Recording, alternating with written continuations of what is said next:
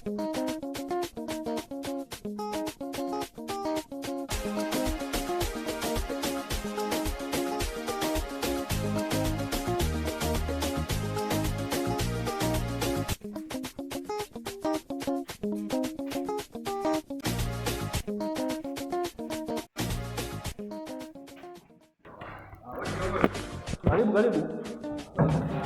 Karibu sana. Alikuwa shikamoo. Marhaba bwana. Asante sana. Za kwako? Za kwangu nzuri sana. Za nyumbani? Nyumbani nzuri. Aise, karibu ukae. Asante sana. Hapa tuko Bagamoyo, Kasuba. Kasuba? Nashukuru sana. Fikiri ni mgeni hapa. Mimi ni mgeni huko kwa kweli. Karibu sana, nakaribisha sana. Asante sana. Karibu sana. Mambo yanaendaje lakini? Aise, Mungu mwema. Vipi huko kwa unakotoka? Kwema? Mimi ninapotoka nimetoka kazini, mambo yanaenda vizuri. Kwema kabisa? Kwema kabisa, lakini sasa ndugu yangu, ndio nimepatia ishu moja hapa. Kuna mwanafunzi wangu amekuja hapa na sio kwamba anawafunza. Mwanafunzi wa kakaangu. Ndio.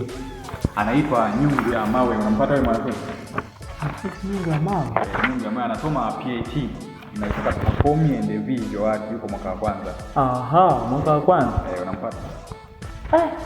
Nafikiri kwa ni ngumu kidogo kujua. Lakini kama yuko PhD mwaka wa kwanza, semester ya pili lakini. Semester ya pili. Wewe unampata yule mwanafunzi? Sawa, itabidi nani? Mwaka wa kwanza? Mwaka wa kwanza. Yule mwanafunzi sasa shida yake ni moja. Mimi tupo naishi na nafanya kazi pale na niishi Shinyanga. Nafanya kazi na yaani ninapoishi ni Shinyanga, lakini nafanya kazi pale makao makuu Dodoma pale. Lakini sasa kakaangu amenipigia simu juzi kwamba ndugu yangu leo nyumbani mwanafunzi huyo mtoto wako huyu na shida imetokea kidogo. Kaka ambaye ndo mwenye huyo mtoto. Ndio mwenye huyo mtoto. Maana yake yule mtoto huyo Nyungu ya Moyo, maana yake mimi baba yake mdogo. Sasa shida ni moja. Yule mwanafunzi kuchezea upendo wa mtu nifunga hapa na nini kwa pale ya sio muda mrefu, nafikiri kimoja. Sasa hiyo ni sasa yule mwanafunzi kuna hapa chuoni kwenu huwa mna workshop. Workshop ni sasa yule mwanafunzi amempigia mzazi wake. Yule mzazi wake amekomea darasa la kwanza tu. Hiyo kawaida sana. Sasa amempigia mzazi wake kwamba baba, huku chuoni na hitajika nilipe 80,000. Kwamba 80,000 ya kuanzia wewe. Yule mzazi akatuma. Lakini baada ya muda mfupi tena akasema kwamba baba, huku tena nahitaji 220,000. Kuna discontinue nimeivunja. Msisi discontinue discontinue mnajua nyinyi. Mnajua nyinyi. Akatumiwa ile 220,000. Sema mwanangu, mimi nakutumia yani wewe pambana sana, wewe ni dume langu na kuamini. Akatumiwa. Lakini baada ya wiki moja, ni kama wiki mbili wafungue, akamtumia tena mzazi akamwambia baba, naomba utumie 300,000. Kuna safari moja imetokea hapa ya kwenda ya Ujerumani kwenda kusoma kipiti moduli. Kipiti moduli ni ni ajira ambayo mimi nimeipata ambayo itanisababisha nipande daraja ili nije nipate kazi nzuri zaidi. Yule mzazi kashtuka. Kipiti moduli yani ni nini? Moduli ya kupandisha cheo, na wakati mimi najua kwa na yeye akaimka kama akasema mimi najua kwamba mwanafunzi anatakiwa afanye vizuri kwenye masomo yake ili apate ajira. Unaona? Lakini wananiambia kwamba atapandishwaje cheo? Ndio kama kunipigia kaka kwamba njoo uende kule shuleni ufuatilie. Mbona huyu mtoto amekuwa sana, amekuwa na gharama sana, mjiji anafanya kazi gani? Hizo hela anapeleka wapi? Ndio hivyo mwalimu. Karibu.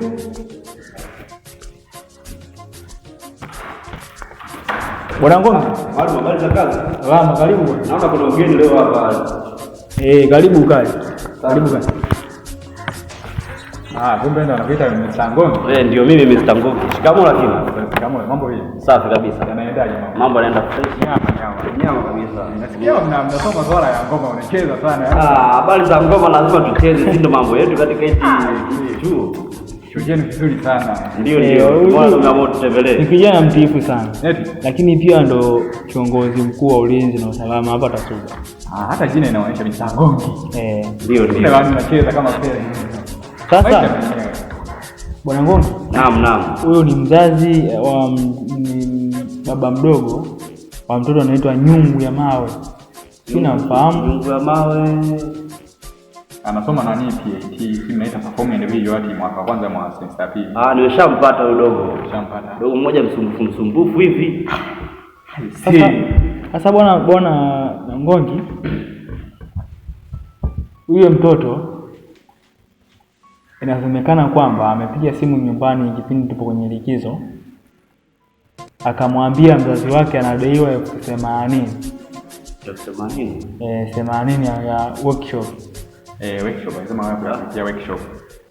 Lakini pia baadaye akaja akasema anadaiwa laki 2,20,000 ya kwenda si kusomea masuala ya moduli Ujerumani. Sawa. Ndio. Kwa hiyo Bwana Ngongi, sisi tunataka utupe taarifa ya huyo kijana yukoje? Yaani yule mwana wewe kama mlinzi. Kwanza huyo kijana hapa chuoni, yaani moja ya tabia yake mbaya kuliko zote ni usumbufu. Yaani hata hivyo mimi ameshanishinda. Maana najaribu kumfuatilia lakini inaonekana kichwa chake hakibadiliki. Nimemshauri mara nyingi. Alishakutwa kwenye makundi ya utabangi? Makundi ya utabangi. Yule kijana anavuta bangi Jamaica kule. Mara nyingi nikitembea beach huko, wala mkuta yuko na makundi ya kuvuta bangi. Kwa hiyo kijana ni anatumia hizo bangi. Na kwenye workshop alikuwepo? Kwenye workshop sikumuona. Hakuwepo? Nyumbani hakuwepo, alikuwa kwenye workshop. Maana yake nyumbani mzazi wake aliponielekeza yule kaka yangu amesema kwamba nyumbani hakuja. Ndio maana alimtumia ile hela ya workshop ili alipia aendelee kusoma. Huenda alienda kutumia wapi ile hela? Sijajua, ndio maana nimekuja mimi nilikuwa najua kwamba labda ile workshop huwa inalipiwa. Nilikuwa najua labda workshop wanalipia. Lakini sasa unalipisha workshop? Hamna, tujalipisha ada hela yoyote hapa kwanza zaidi ya ada tu. Sawa. Sasa Bwana Ngongi, mimi nashukuru kwa taarifa. Na nafikiri mzazi umesikia taarifa ya mwanao. Nimesikia, lakini sasa ngoja wanasemaga niongeze na mimi point kidogo. Hapa Bwana Ngongi, si huwa mna ofisi yenu, yani kama wewe ndio kiongozi wa ulinzi na usalama, lakini huwa mna ofisi yenu ya Watasuba au sio? Wanasema tunakuwa na ofisi za Watasuba, sisi ni umoja wa wanafunzi na sijajua. Ndio. Tunaweza tukapanga siku ambayo nije hapa na mzazi wake moja kwa moja ili tuje tupate taarifa zaidi, alafu na yeye tumuite ofisini. Hilo swala mzazi halina shida, sawa? Hilo halina shida. Ngongi. Naam. Tarehe 13 mwezi wa 4 ambayo itakuwa ni Jumamosi ijayo. Ndio. Atakuja hapo, tutaitisha kikao na mwitisho vijana tu. Sije kosea na watoto na wanafunzi wengine. Mwitisho vijana tu na uongozi wa Watasuba. Huyu mzazi atakuwepo na babake, si ndio? Utakuja naye? Uje na babake. Ndio. Hakikisha taarifa hizi hazivuji nje, sawa? Sawa. Zishie hapa kwanza. Ondoa shaka. Mpaka tumuite kwenye uongozi, tumjaji na tujue kwamba shida ni nini. Sawa? Na hizo hela amezipeleka wapi? Maana ametia shoti kwa wazazi. Yaani hadi leo hii mzazi kule analalamika, analia. Vipi hapa nafilisika, yani na maboti yake kule baharini, kwenye bahari kule ana boti zake. Ameshapiga mnada zote kuniambia. Anamsomesha mtoto wake. Jambo baya, mbona hajali wazazi wake?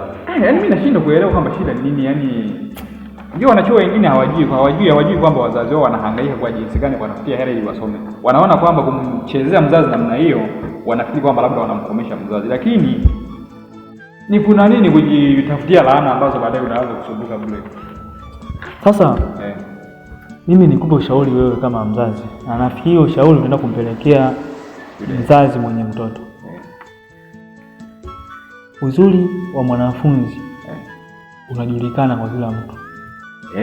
Mwanafunzi ana tabia za kufanya mambo ambayo yeye yapo nje ya uwezo wake, yaani yapo nje ya ratiba yake, yeye ndo anafanya. Lakini mimi nikupe ushauri kwamba jaribuni kufanya mawasiliano na waasili walimu wao, sawa? Hata kama kuna hela unatoa, lakini kuwe na msimamizi mkuu wa hizo hela zinaenda wapi, zinapelekwa wapi, zinafanyia nini kwa wakati gani. Unajua nani mwalimu, mimi mwenyewe nimetoka kazini, nafanya kazi pale makao makuu Dodoma pale. Sasa mimi nimepigiwa simu na kaka yangu kwamba nije kwenye hii swali. Nilikuwa sijajua. Sasa yule mzazi wake mwenyewe ameishia darasa la kwanza kabisa. Na wanaelewa bwana watu. Naelewa. Inakuwa swala la kutuma hela anaona tu kama mambo fresh. Inakuwa ni ngumu sana kuelewa. Lakini jaribu kumueleza. Sawa. Kwa sababu kesi kama hii nafikiri ni mara ya pili, si ndio? Ndio. Mara ya pili. Hii kesi ni kubwa sana ujue mzazi, kwa sababu sisi kama TASUBA, taasisi yetu ina taratibu ngumu sana. Huyu mtoto atakiwa afukuzwe chuo haraka iwezekanavyo. Yaani haraka iwezekanavyo. Na ikija ikiwezekana kwamba tutajua kwamba anapeleka bora tu afukuzwe, kwa sababu atamuingiza mzazi wake hasara kubwa sana. Akianza na kuuza mashamba, mwisho atakosa hata chakula nyumbani, sehemu za kulima. Sasa ni kweli unachokiongea ni kweli, lakini sisi kama walimu huwa tunasimamia ficha ya mtoto. Yaani kwamba baadaye atakuja awe nani? Baadaye anafaidika nini na hicho kitu anachokifanya? Asije hapa anasoma TASUBA, anasoma sanaa. Lakini hizi sanaa baadaye anahitaji kupata mazao kutoka kwenye sanaa. Tukisema tukimfukuza moja kwa moja kama unavyosema mzazi, ni kweli ni taratibu zetu. Lakini inabidi tuongee na mwanafunzi. Tumpe elimu juu ya hili swala. Tumuonye. Kwa sababu nyinyi kama wazazi mnatakiwa mara nyingi mwe mnakaa na watoto wenu muambie kuna makundi mabaya, hasa dunia imechafuka mabaya mno. Kweli ndio hivyo yani. Kwa hiyo inabidi mwanafunzi wako, mtoto wako umpe taratibu, umpe mwongozo kwamba mwanangu anatakiwa ufanye hiki, ufanye hiki. Kutokana na uhitaji wako wa mafanikio, inabidi upite njia hii. Njia hii ni salama, sawa? Lakini pia msiwe mnakimbilia sana kutoa maamuzi kama hayo. Sisi ni taasisi. Tuna sheria zetu na taratibu zetu. Lakini swala kama hili tunatoaga elimu kwanza. Mtoto apate elimu, baadaye akosea mara ya pili tuseme kwamba huyu ameshindikana. Haina shida mzazi. Wewe karibu sana. Asante sana kwa ujio wako. Asante sana. Haya, kwa hiyo asante sana kiongozi. Kazi njema. Tutakutana. Sawa. Haya. Usisahau ndio wewe 13. 13. Sasa ngombe. Naam. Kisha hii taarifa kwanza haivuji. Lakini pia hiyo kikao kimefikishwa manake sawa. Kuhusu hilo ondoa shaka kabisa. Mimi taarifa nitazifikisha kwenye uongozi wa wanachuo. Haina kikao kenda salama. Sawa, unaweza kwenda, lakini kumbuka na vile vikao vingine tulivyoweka juzi vifanyie kazi. Sawa.